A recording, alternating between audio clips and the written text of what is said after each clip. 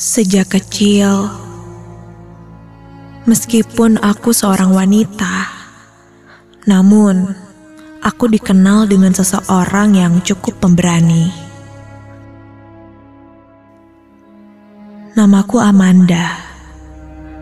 Orang-orang biasa memanggilku dengan sebutan Manda. Ini ceritaku ketika aku masih kuliah di salah satu universitas swasta yang ada di daerah Lengkong, Bandung. Tepatnya ketika aku dan beberapa temanku sedang mengerjakan tugas akhir semester.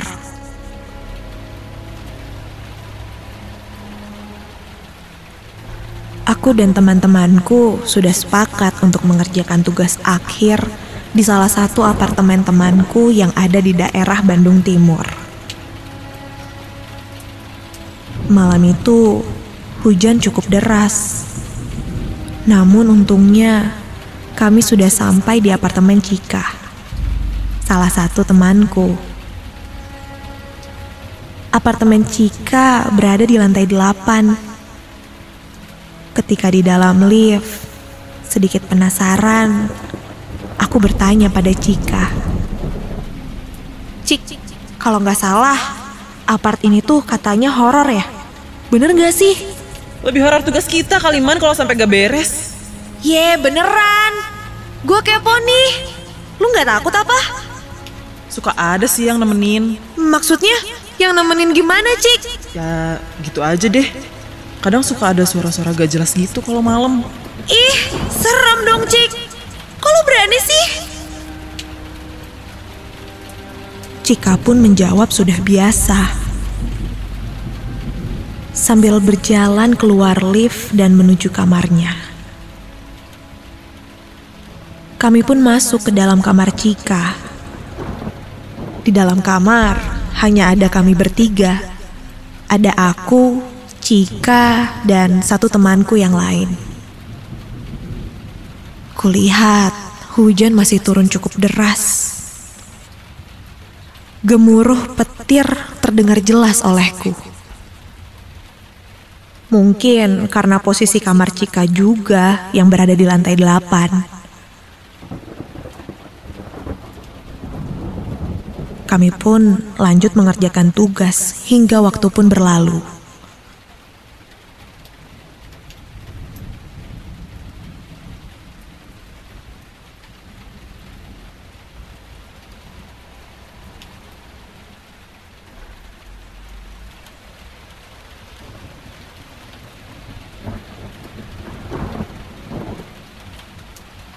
Singkat cerita, tugas kami pun hampir selesai. Kulihat jam sudah menunjukkan jam 11 malam. Ketika aku sedang fokus mengerjakan tugasku,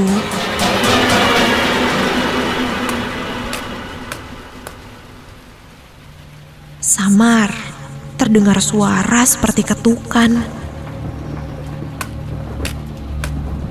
Namun suara ketukan itu tidak terlalu keras. Iya, terdengar seperti suara ketukan pulpen yang diketuk di atas meja. Aku pun melihat ke sekitar, ke arah teman-temanku. Dan ketika aku lihat, mereka berdua tidak menggunakan alat tulis. Mereka terlihat masih fokus di depan laptopnya masing-masing, sambil menggunakan earphone. Guys, denger deh. Ada suara ketukan gitu gak sih?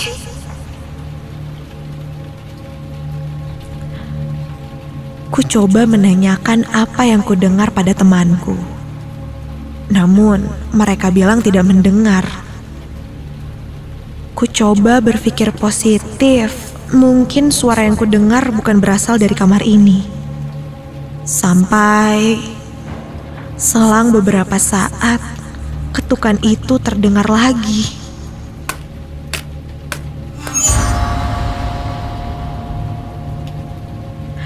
Sekarang suaranya makin terdengar jelas.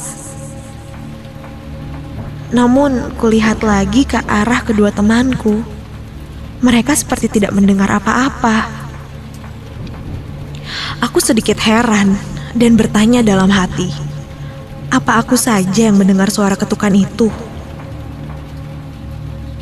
Merasakan hal itu, aku pun memutuskan untuk beristirahat sejenak dan menuju toilet untuk mencuci muka. Mungkin ini karena aku terlalu kecapean, jadi pikiranku kemana-mana.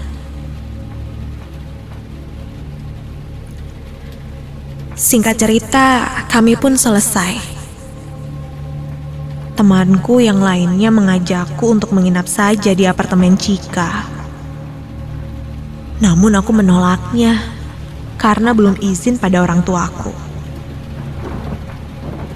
Sebelum pulang, aku sempat menanyakan pada Chika. Masih penasaran dengan apa yang kudengar tadi. Namun, lagi dan lagi, Chika tidak menjawabnya. Dia hanya menyampaikan padaku hati-hati di jalan dan terima kasih sudah menemaninya. Lu Cik, main rahasia-rahasiaan. Ya udah deh, gue duluan ya semuanya. Bye. Aku pun jalan menuju lift dan segera menekan tombol lift. Tak lama dari itu, lift pun terbuka.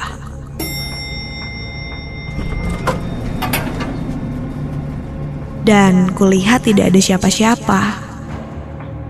Aku pun segera masuk dan langsung menekan tombol menuju lobi. Sampai aku pun mengambil handphoneku. Kulihat sebuah nomor tidak dikenal. Halo? Halo? Siapa ini? Namun tidak ada jawaban.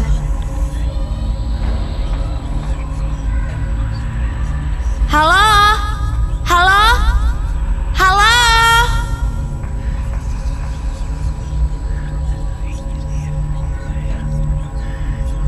Mungkin karena di dalam lift juga, jadi tidak ada sinyal.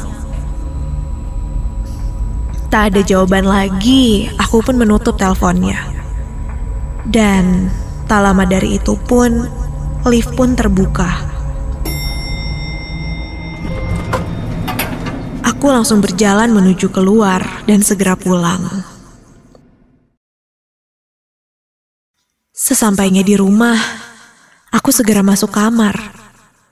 Karena sudah terlalu larut dan lelah sekali. Kuputuskan untuk langsung tidur saat itu. Kurebahkan badanku di atas tempat tidur.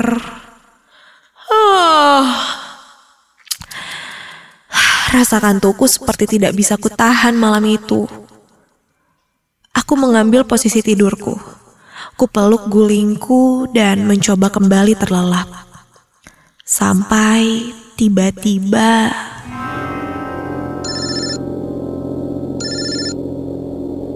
karena sangat mengantuk, aku membiarkannya. Namun lama-kelamaan malah semakin menggangguku. Kulihat nomor yang tidak kukenal tadi. Iya halo. Siapa ini? Gak usah diam-diam gini deh.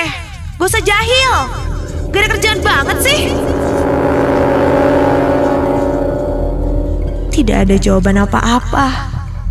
Aku pun menutup telepon itu. Duh, aneh banget sih. Udah tahu ngantuk banget, jadi susah tidur kan? Orang yang menjahiliku itu berhasil membuatku tidak bisa tertidur nyenyak lagi. Aku terduduk diam. Sampai tiba-tiba... Aduh, ini bener-bener ya. Dengan kesal, langsung mengangkatnya. Iya, Hal. Saya di belakang. Suara seorang perempuan. Dan tak lama dari itu, telepon pun terputus. Lalu, Ku dengar suara ketukan yang tadi ku dengar di apartemen Cika. Hah? Aku perlahan mencari arah suara itu. Dan ketika aku berbalik, astaga! Berdiri sesosok perempuan berambut panjang dengan wajah yang sangat pucat. Memakai baju lengan pendek berwarna kusam dan rok hitam selutut. Dan kakinya tidak memakai alas kaki. Dia berdiri di samping meja belajarku.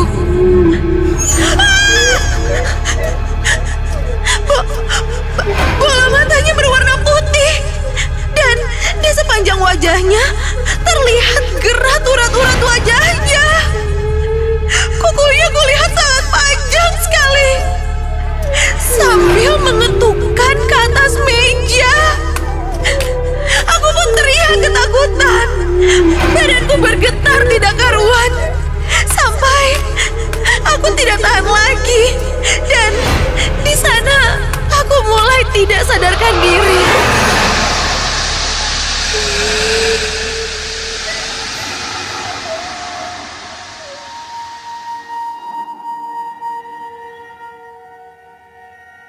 Ketika terbangun, kepalaku terasa sangat berat.